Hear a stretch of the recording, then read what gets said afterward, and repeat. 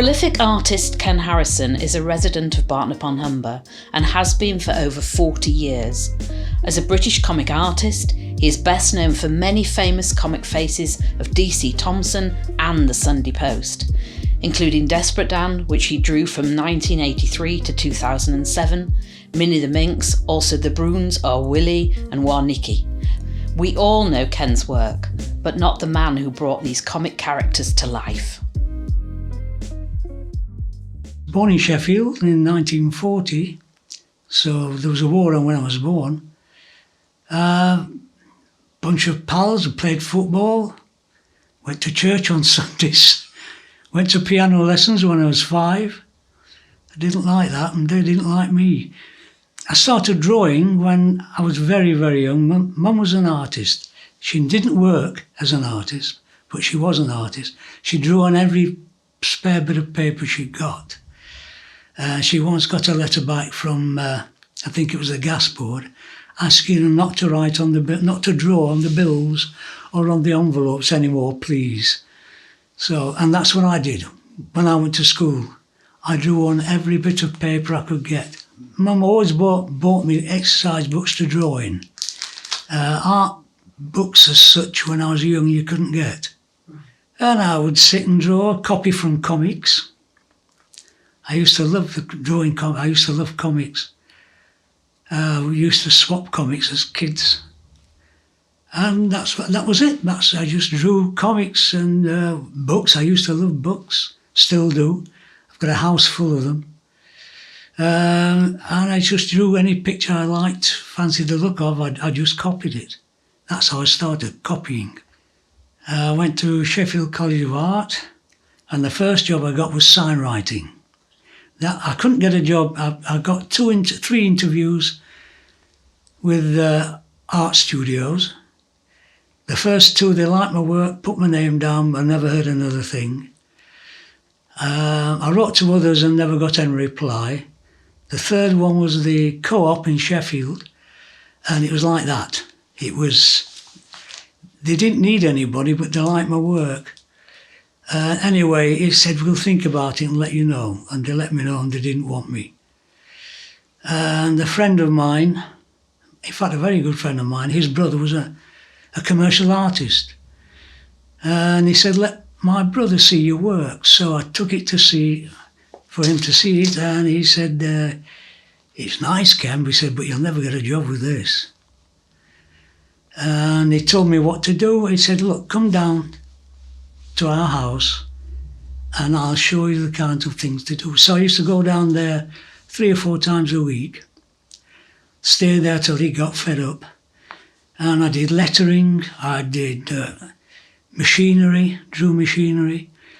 I copied ads out of newspapers. Then I made my own up. Fashion, I found out I enjoyed fashion, I could do it. That was good. I did silly things like washing machines and radiograms. That was furniture. And that's the kind of portfolio I got ready. So when I finally got a job, a little bit from art college I took as well, but that's the kind of thing I took and showed to the Telegraph and Star, and they wanted me. That was my first job in 1959, and then I worked there until 1970. But I started with DC Thompson on comics in 1968. I was going home at night, not telling the company, and I was working at night on comics. During this period of Ken's career, he transitioned from secure employment to his dream of working as a professional full-time comic artist. Banana Bunch. That was a trial. They gave me a tryout on that, just a single page. I did that, sent that off. That was for Beezer. Apart from that, I never worked for Beezer again. Ian Chisholm, who was the editor of Sparky, he came straight back to me. Ken, love the work, love what you've done. We've started it, we've got a new idea, new characters, Kings of the Castle, and it's good guys versus bad guys, good guys in a castle, And the bad guys are attacking every week, and they always fail somehow. We'll stop them getting in. The good guys always stop them getting in. And I said, yeah, great, lovely, that sounds a great idea. He came down to Sheffield to meet me when we had this interview. I showed him some work and he said, yes, this is great. On the telephone, first of all, then the meet, where I showed him the rough drafts. And he said, this is just what we want. And I got scripts straight away. They sent me scripts. And that was it. I battled on for years, 2 or 3 years with that. The next one, that's when Dandy came in. First job for Dandy. Like many people embarking on a career in the arts, Ken had to make tough decisions to achieve his creative aspirations, including working outside the arts to support his family. 1970, when I got the job, it was freelance. And Ian Chisholm, who was the editor at the time for the comic I worked for, which was Sparky, he said, if the comic fails, Ken, he says, and comics do fail, you'll be out of work. He said, we can't guarantee you work. So Pauline and I, my wife, discussed it, and we decided to buy a business. And we bought a newsagents, so I could work in the newsagents with Pauline and my artwork until I could get established in the art side. That went on until 1976, when I was working for Dandy as well by then. And by then I moved on to a comic called Cracker. That folded. I did 3 pages for Cracker, and I did 1 for one for Dandy, not Desperate Dan. I did 1 for the Dandy, so we had to move. And by then we got rid of the shop, and we were in a bungalow. So we had to sell the bungalow. We didn't have to. We sold the bungalow and looked for a business, and this is it. Where I am now, this was the shop. And that's how we came here. One of his most popular and recognisable characters started life before Ken was even born.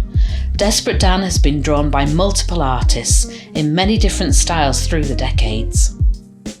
Desperate Dan started in 1937 with the very first comic, very first Dandy.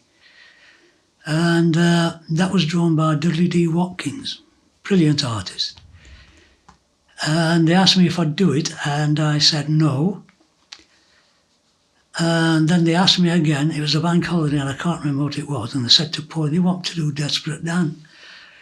And she said, oh, do it. So I said, oh, okay. So I took on Desperate Dan. And it's a hard character to draw. Big chin, big chest. It's hard to move him about. But eventually I got on with it and enjoyed him, yeah.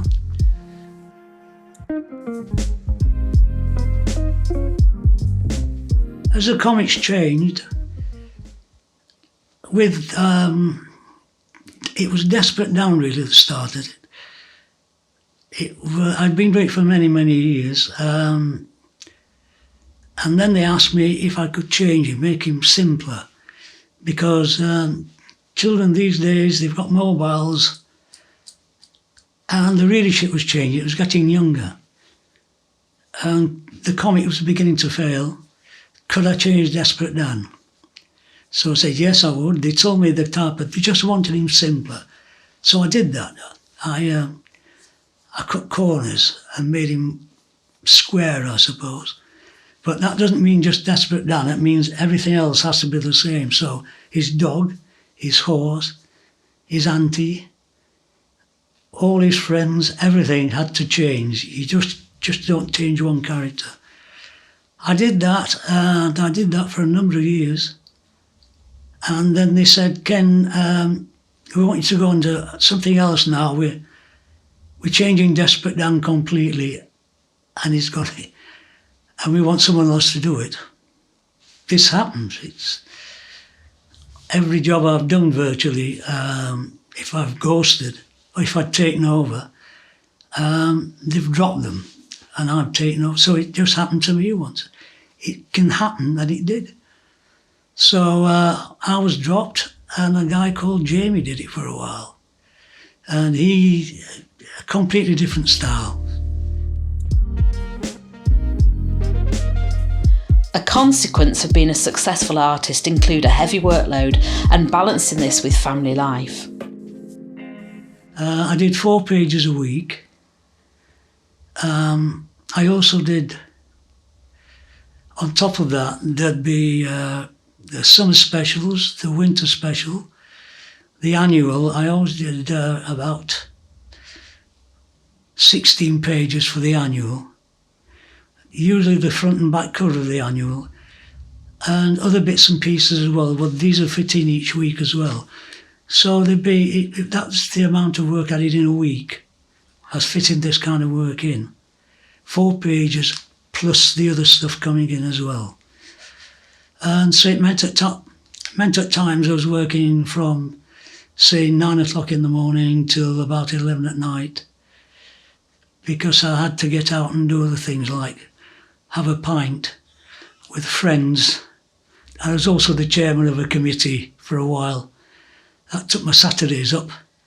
So I had to cram all this in at working as well, so it was a bit difficult at times. Burnt the candle at both ends. Over the course of his long and illustrious career, Ken has worked on numerous comic characters and stories that have entertained generations of people. Even now, in his 80s, Ken makes the choice to continue to work every day. Working on PC Murdoch's Mysteries. He's a character from The Brooms and Woolly. He was in both scripts, and decided to make him a character on his own, in his own right. But I changed him. He looked a little bit too much like Pa, I thought, because he had a bald head. So I gave him hair, and I put him in modern police clothing. And that's what I'm doing now. It's a weekly script in the Sunday Post. I usually get a batch together. They don't send them one at a time. I get them in a batch, the scripts. I write as well. I've been writing. That comes naturally anyway. I've never had a writer's block. If I sit down and think about something for a short while, I soon start picking up ideas of what I want to do. Funny things. I've been in this business a long time, so I know it's automatic. I stopped writing at the end of last year. I'm not writing anymore. They started altering them.